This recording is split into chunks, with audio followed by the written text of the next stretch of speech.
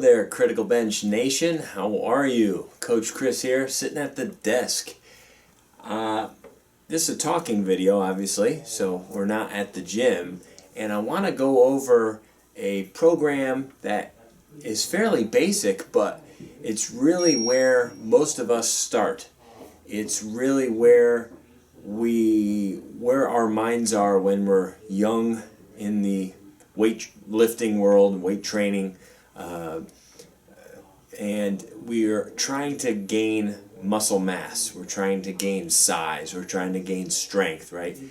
And if we don't have those good roots, that good foundation, if we haven't gone through some of those steps and that learning process in the beginning, it's never too late to learn things, right? So that's what I wanted to really base a series of videos that we're going to be making, that I'm going to be making this week about our critical weight gain program.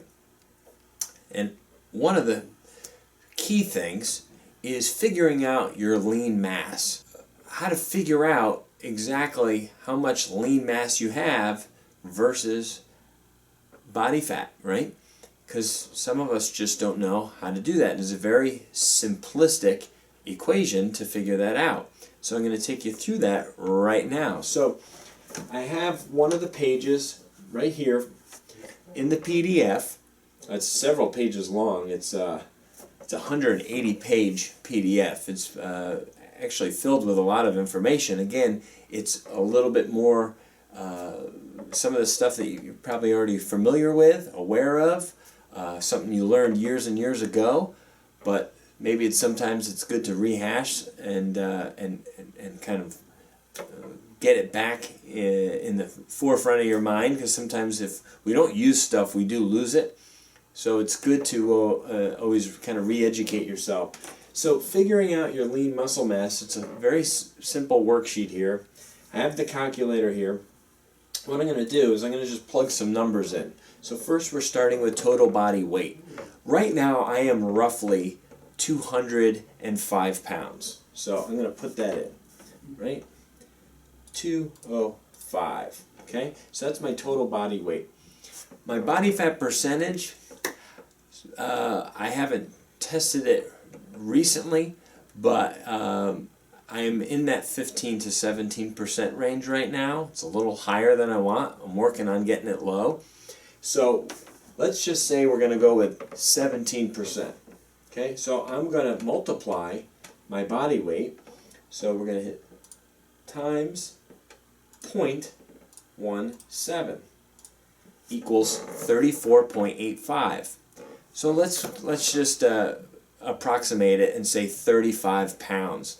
So if my total body weight is 205 and I have 35 pounds of body fat, okay, my lean mass number is just simply subtracting the fat from the total number. So 205 minus 35 equals 170.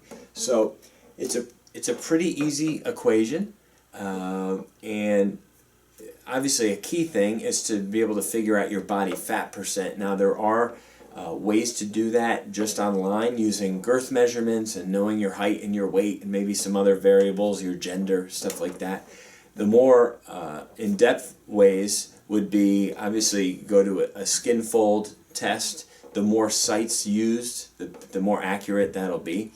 And ultimately, if you were submerged underwater or in a like an air chamber, those are your best ways to find your body fat percentage.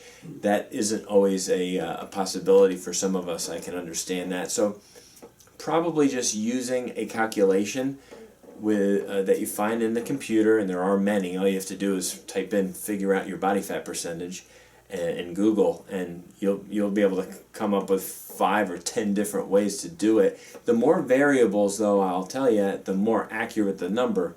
But even more important than that is, as long as you're using the same method each time you go to recalculate what your body fat percentage is, then you can follow the trend. And that's really the key. So even if it's a deviation of 3 to 5%, if it says 17, you could be over 20 or under 14, right?